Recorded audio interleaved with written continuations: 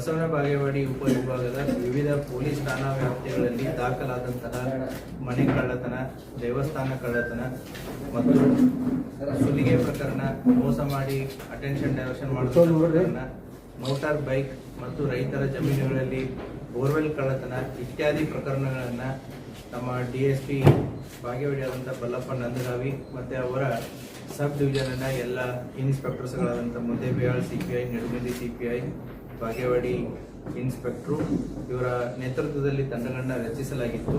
ಕಳೆದ 2025 ಮತ್ತು 26ನೇ ಅವಧಿಯಲ್ಲಿ ದಾಖಲಾದಂತಹ ಸುಮಾರು 22 ಸ್ವತ್ತಿನ ಪ್ರಕರಣಗಳಲ್ಲಿ 36 ಜನರನ್ನ ಬಂಧಿಸಿ ಅವರಿಂದ 1,27,38,800 ರೂಪಾಯಿ ಮೌಲ್ಯದ ಬಂಗಾರ, ಬೆಳ್ಳಿ ಮತ್ತೆ 2 ಕಾರು, 17 ಬೈಕ್ಗಳನ್ನು ವಶಪಡಿಸಿಕೊಂಡಿರ್ತಾರೆ.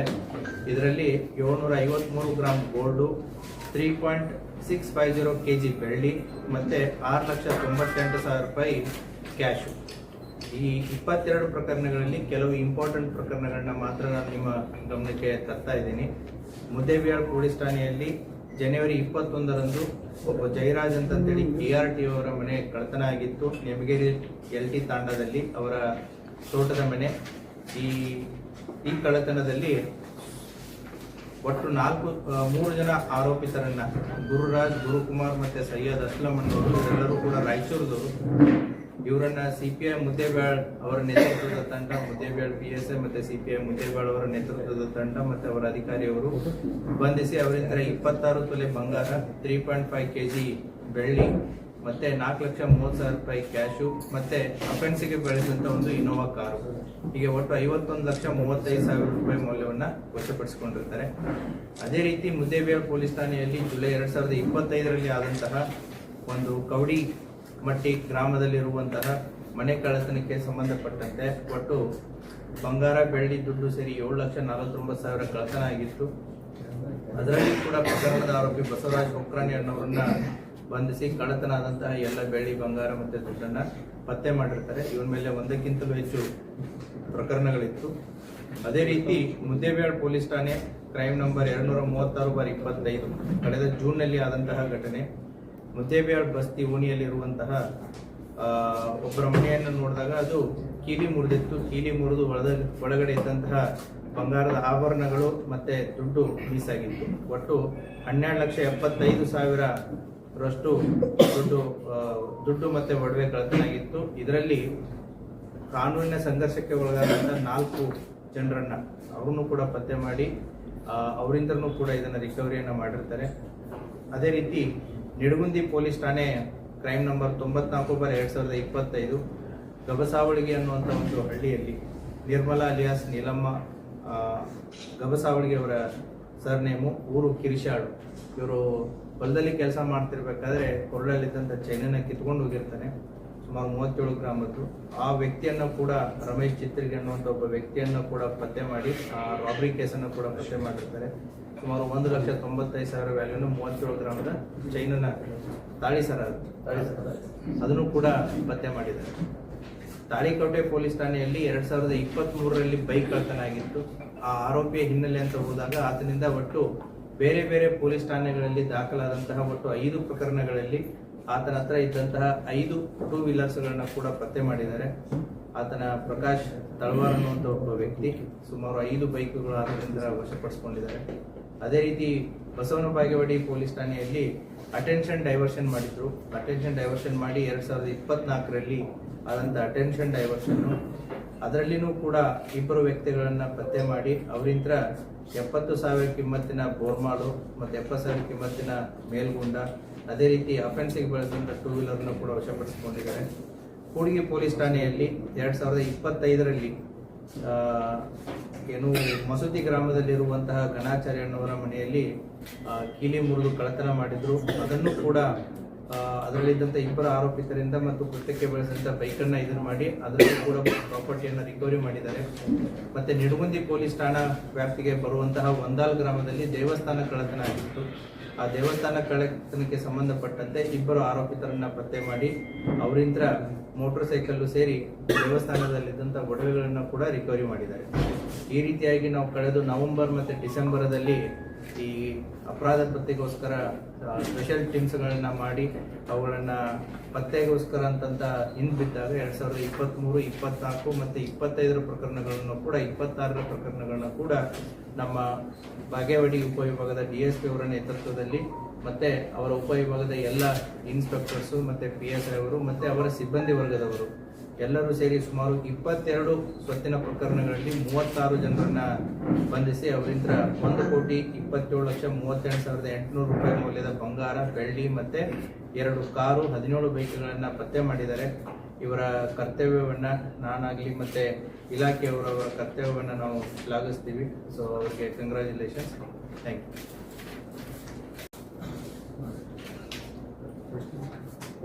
So we'll give appreciation certificate to our staff. ಅದಾದ್ಮೇಲೆ property display.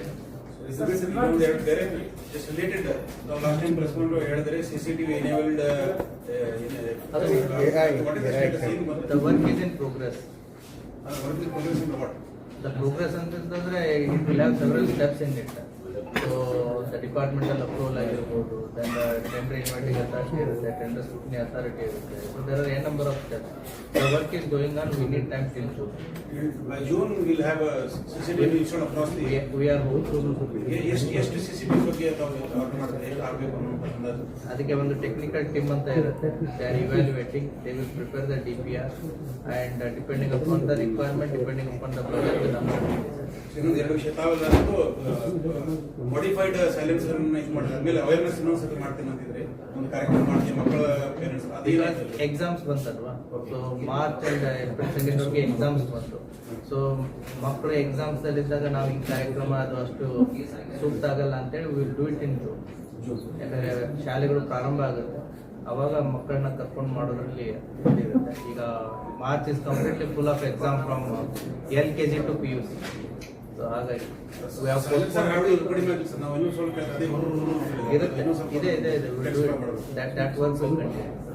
Sir, probably these robbery cases are happening more and more across the district. So what are the precautions you have taken from your department, sir? Be specific. Robbery ಅಂತಂದ್ರೆ ಯಾವ police Not only robbery, these things. For now, already you told all the cases. It should not happen. Before that, what type of the remedies or whatever? It shouldn't happen ಅನ್ನೋ ತಪ್ಪಾಗುತ್ತೆ. It will happen. ಯಾಕೆ ಅಂತಂದ್ರೆ ಹೌದಾ, ಈ property offences ಅನ್ನೋದು ಇವಾಗಿಂದಂತಲ್ಲ, ಮೊದಲಿಂದೂ ಕೂಡ ಇದೆ. ಅದಕ್ಕೆ ಇಲಾಖೆ ಜೊತೆಗೆ ಸಾರ್ವಜನಿಕರ ಕೈ ಜೋಡಿಸೋದು ಕೂಡ ಬಹಳ ಪ್ರಮುಖವಾಗಿರುತ್ತೆ. ಯಾಕೆಂತಂದ್ರೆ ರಾಜ ಮಹಾರಾಜರ ಕಾಲದಿಂದಲೂ ಕೂಡ ಆಗಿದ್ದಾವೆ. ಪೊಲೀಸ್ ಇಲಾಖೆ 24/7 we try to prevent the crime, but ಕ್ರೈಮ್ಸ್ಗಳು ಆಗ್ತಾ ಇರ್ತವೆ. ಸೊ ರಸ್ತೆಯಲ್ಲಿ ಆಗುವಂಥ ಕ್ರೈಮ್ಸ್ಗಳನ್ನ ತಡೆಗಟ್ಟಬಹುದು. ಈ ಪ್ರಾಪರ್ಟಿ ಅಫೆನ್ಸಸ್ಗೆ ಸಂಬಂಧಪಟ್ಟಂತೆ ನಾನು ಕಳೆದ ಪ್ರೆಸ್ ಮೀಟಲ್ಲಿಯೂ ಕೂಡ ತಮ್ಮ ಗಮನಕ್ಕೆ ತಂದಿದ್ದೇನೆ. We have 115 kilometre of border. ನಮ್ಮ ಮಹಾರಾಷ್ಟ್ರದ ಜೊತೆಗೆ 115 ಕಿಲೋಮೀಟರ್ ನಮ್ಮದು ಬಾರ್ಡರ್ ಇದೆ. ಆಮೇಲೆ ಈ ಬಾರ್ಡರ್ ದಲ್ಲಿರುವಂಥ ಪೊಲೀಸ್ ಠಾಣೆಗಳನ್ನ ತಾವು ನೋಡಿದರೆ ಇಂಡಿ ರೂರಲ್ಲು, ಚಡಚನ, ಜಳಕಿ, ವರ್ತಿ, ವಿಜಯಪುರ ರೂರಲ್ಲು ಮತ್ತು Tikota police station. It is an inverted geography. ನಮ್ದು ಹೇಗಿದೆ ಅಂದರೆ ಒಂದು ಟ್ರಯಾಂಗಲ್ ರೀತಿ ಹೋಗಿ ಮಹಾರಾಷ್ಟ್ರದಲ್ಲಿ ಸ್ಟಕ್ ಆಗೋದ ರೀತಿ ಮ್ಯಾಪ್ ಇದೆ, ಜಿಯೋಗ್ರಫಿ ಇದೆ. ದ ಅಫೆಂಡರ್ಸ್ ಒನ್ ಸೈಡ್ ಇಂದ ಬಂದು ಎಂಟ್ರಿ ಮಾಡಿ ಅನದರ್ ಸೈಡ್ ಎಕ್ಸಿಟ್ ಆಗೋದಕ್ಕೆ ಅವ್ರಿಗೆ 30 to 40 minutes ಇಸ್ ಇನಫ್. ಹಾಗಾಗಿ ನಾವು ಬಾರ್ಡರ್ಸ್ಗಳನ್ನ ಸ್ಟ್ರೆಂಥನ್ ಮಾಡಬೇಕಾಗುತ್ತೆ. ಬಾರ್ಡರ್ಸನ್ನ ಯಾವ್ಯಾವ ರೀತಿ ಸ್ಟ್ರೆಂಥನ್ ಮಾಡ್ಬೋದು ತಾವು, ಒಂದು ವಿಸಿಬಲ್ ಪೊಲೀಸಿಂಗು, ಈಗಾಗಲೇ ಅಲ್ಲಿ 112 ವೆಹಿಕಲ್ಸ್ಗಳನ್ನ ಹೆಚ್ಚಿನ ಮಟ್ಟದಲ್ಲಿ ಡಿಪ್ಲಾಯ್ಮೆಂಟ್ ಆಗಿದೆ. ದೆನ್ ನೈಟ್ ಲರ್ಕಿಂಗ್ ಬಿಟ್ಸು ಅದು ಕೂಡ ಆಗಿದೆ. ದೆನ್ MOB ಆಗಿರ್ಬೋದು, ಮತ್ತೆ ಹಳೆಯ MOBಗಳು ಏನು ಪರ್ದಿ ಗ್ಯಾಂಗ್ಸ್ದಲ್ಲಿದ್ದಾರೆ, ಹಳೆ ಕೇಸಸ್ಗಳಿರುವಂತಹ NBWಗಳಾಗಿರ್ಬೋದು, ಮತ್ತೆ ಅವರು ಕೋರ್ಟಿಗೆ ಅಟೆಂಡ್ ಆಗ್ತಾ ಇದ್ದಾರೆ ಇಲ್ಲ ಅನ್ನೋದಾಗಿರ್ಬೋದು, ಅದು ಕೂಡ ಕಂಟಿನ್ಯೂಸ್ ಎಫರ್ಟ್ ನಡೀತಾ ಇದೆ. ಸೊ ಈ ಪೊಲೀಸ್ ಇಲಾಖೆ ಒಂದು ನಿರಂತರವಾದಂಥ ಒಂದು ಪ್ರಯತ್ನ ನಡೀತಾ ಇರುತ್ತೆ. ಸಾಂಗ್ಲಿ SP ಮತ್ತು ಸೋಲಾಪುರ SPಗಳ ಜೊತೆಗೆ ಕನ್ಸರ್ನ್ ಪೊಲೀಸ್ ಠಾಣೆಗಳ ಮಾಹಿತಿಗಳನ್ನ ಕೂಡ ಪರಸ್ಪರ ಶೇರ್ ಮಾಡ್ತಾ ಇರ್ತಾರೆ.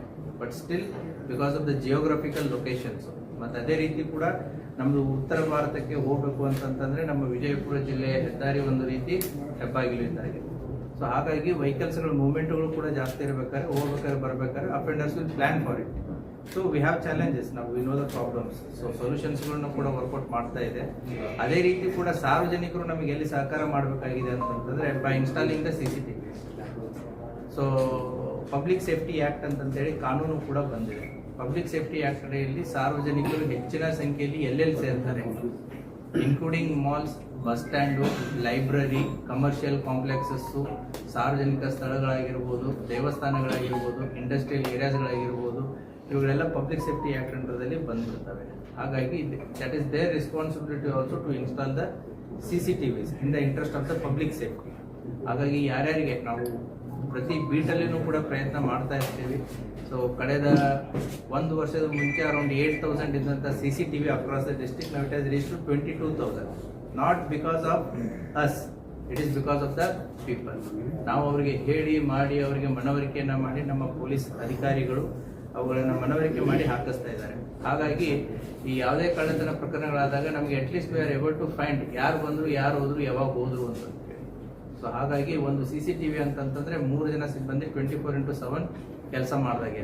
So the more number of CCTVs on the road prevents a lot of crimes. ಹಾಗಾಗಿ ನನ್ನ ಮೂಲಕನೂ ಕೂಡ ಸಾರ್ವಜನಿಕರಿಗೆ ವಿನಂತಿ ಏನು ಅಂತಂತಂದ್ರೆ, ಯಾರಿಗೆ ಶಕ್ತಿ ಇದೆ ಸೊ ಪುಟ್ CCTVs. ಸೊ ತಮ್ಮ ಸುರಕ್ಷತೆಗೂ ಆಯಿತು, ಸಾರ್ವಜನಿಕರ ಸುರಕ್ಷತೆಗೂ ಆಯಿತು.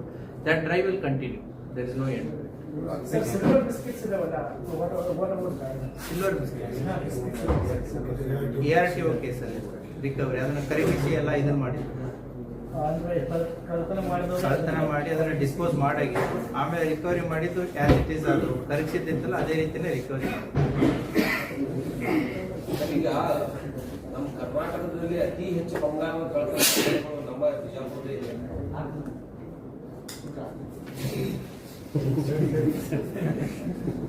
ಪ್ರಶ್ನೆ ಕಂಪ್ಲೀಟ್ ಆಗಲಿಲ್ಲ. ಅತಿ ಹೆಚ್ಚು ಬಂಗಾರದ ಕಳ್ತನ ಪ್ರಕರಣಗಳು ನಮ್ಮ ಬಿಜಾಪುರದೇ ಇದೆ. ಅತಿ ಹೆಚ್ಚು ಆಗಿದ್ದು ನಮ್ಮಲ್ಲಿನೇ, ಅತಿ ಹೆಚ್ಚು ರಿಕವರಿ ಆಗಿದ್ದು ನಮ್ಮಲ್ಲಿ. ಸೊ ಹಾಗಾಗಿ ದಟ್ಸ್ ವಾಟ್. ಈಗ ಮನುಗುಳಿಯಲ್ಲಿನೂ ಕೂಡ ಹುಬ್ಳಿ ಮತ್ತೆ ಗೋವಾದವ್ರು ಬಂದ್ ಮಾಡಿದ್ರು. ಬೋತ್ ಚಡ್ಚನ್ ಅಂಡ್ ಹಲ್ಸಂಗಿ ಮಹಾರಾಷ್ಟ್ರದಿಂದ ಬಂದ್ ಮಾಡೋರು. ಬಟ್ ನಮ್ಮ ಜಿಲ್ಲಾ ಪೊಲೀಸ್ ಅದನ್ನ ಅಲ್ಲಿಗೆ ಬಿಡಲಿಲ್ಲ. And they have recovered almost 95% in Manugudi, 100% in Halsangi, and nearly 70% in Chadchana. The remaining 30%, we know the people, the work is going on, the time is on. Sir, ಇಷ್ಟೊಂದು ಎಲ್ಲಾ ಪ್ರಕರಣಗಳನ್ನ ಭೇದಿಸ್ತಾ ಇದ್ದಾರೆ, ಆದ್ರೂ ಕೂಡ ಕಳ್ಳರಿಗೆ ಅದೊಂದು ಭಯನೇ ಹೋಗ್ತಾ ಇಲ್ವಾ ಕಾನೂನಿನ ಬಗ್ಗೆ? ಕಳ್ಳರಿಗೆ ಭಯ ಪತ್ತೆ ಒಂದು ಕೆಲಸ ಇರುತ್ತೆ, ಹೌದಾ? ಸೊ ಕಳ್ಳರಿಗೆ ಭಯ ಅಂತಂತಂದ್ರೆ ಕಾನೂನಿನ ಅಡಿಯಲ್ಲಿ ಅದು ಯಾವ ರೀತಿ ಕಾನೂನು ಇದೆ ಅದ್ರ ಪ್ರಕಾರ ಹೋಗುತ್ತೆ. These are like 7 years punishment ಇರುವಂತ offences. So they will get bail within 1 week or 10 days. ಅಷ್ಟರಲ್ಲಿ ಬೇಲ್ ಸಿಕ್ಬಿಡುತ್ತೆ. ಸೊ ಪದೇ ಪದೇ ಮಾಡೋದ್ರ ಮೇಲೆ ನಾವು ಗಡಿಪಾರು ಅಥವಾ ಎಕ್ಸ್ಪೆರಿಮೆಂಟು ಅನ್ನೋದು ಒಂದು ಇರುತ್ತೆ. But they will keep doing. ಅವರಿಗೆ ನಮ್ಮ ಪೊಲೀಸರಿಗೆ ಒಂದು ವ್ಯಾಪ್ತಿ ಇದೆ, ನಿಮಗೂ ಕೂಡ ಒಂದು ವ್ಯಾಪ್ತಿ ಇದೆ. ಬಟ್ ಕಳ್ಳರಿಗಾಗ್ಲಿ ಅಥವಾ ಏನೋ ಅಪರಾಧ ಮಾಡೋರಿಗಾಗ್ಲಿ ಅವರಿಗೆ ವ್ಯಾಪ್ತಿ ಅನ್ನೋದೇ ಇಲ್ಲ. ವಿಜಯಪುರ ಜಿಲ್ಲೆ ಅಂತಂದಿಲ್ಲ, ಅವರಿಗೆ ಇಡೀ ಭಾರತನೇ ಒಂದು ವ್ಯಾಪ್ತಿ. ಹಾಗಾಗಿ ಅಫೆಂಡರ್ಸ್ ಸೇಮ್ ಇರೋದು ಬೇರೆ, ಬೇರೆ ಬೇರೆ ಅಫೆಂಡರ್ಸ್ಗಳು ಬಂದು ಮಾಡೋದು ಬೇರೆ. ಹಾಗಾಗಿ ಅವ್ರಿಗೆ ನಮಗಿರುವಂಥ ವ್ಯಾಪ್ತಿ ಅವ್ರಿಗಿಲ್ಲ. That is the limitation. ಅದನ್ನ ಅವಣ್ಣಕ್ಕೆ ಬರಲ್ಲ. ಈ ಮಕ್ಕಳುಗಳ ಹಾವಳಿ ಜಾಸ್ತಿ ನಮ್ಮಲ್ಲಿ ಯಾವುದೇ ಇಲ್ಲಪ್ಪ, ನಮ್ಮಲ್ಲಿ ಆ ರೀತಿ ಯಾವುದೇ ಇಲ್ಲ. ಸೊ ಅಂತ ಯಾವ ಸುದ್ದಿನೂ ಇಲ್ಲ, ಯಾವುದೇ ಇಲ್ಲ. ಅದಕ್ಕೆ ಯಾವ ಕಿವಿ ಹೊಡೋದು ಬೇಡ. ಅಂಥದ್ದು ಏನಾದರೂ ಇದ್ರೆ ಇಮಿಡಿಯೇಟ್ಲಿ ದೇ ಕ್ಯಾನ್ ಕಾಲ್ 111. ಆ ರೀತಿ ಯಾವುದು ನಮ್ಮ ಸಿಬ್ಬಂದಿಗೆ ಒಂದು ಅಪ್ಲಿಕೇಶನ್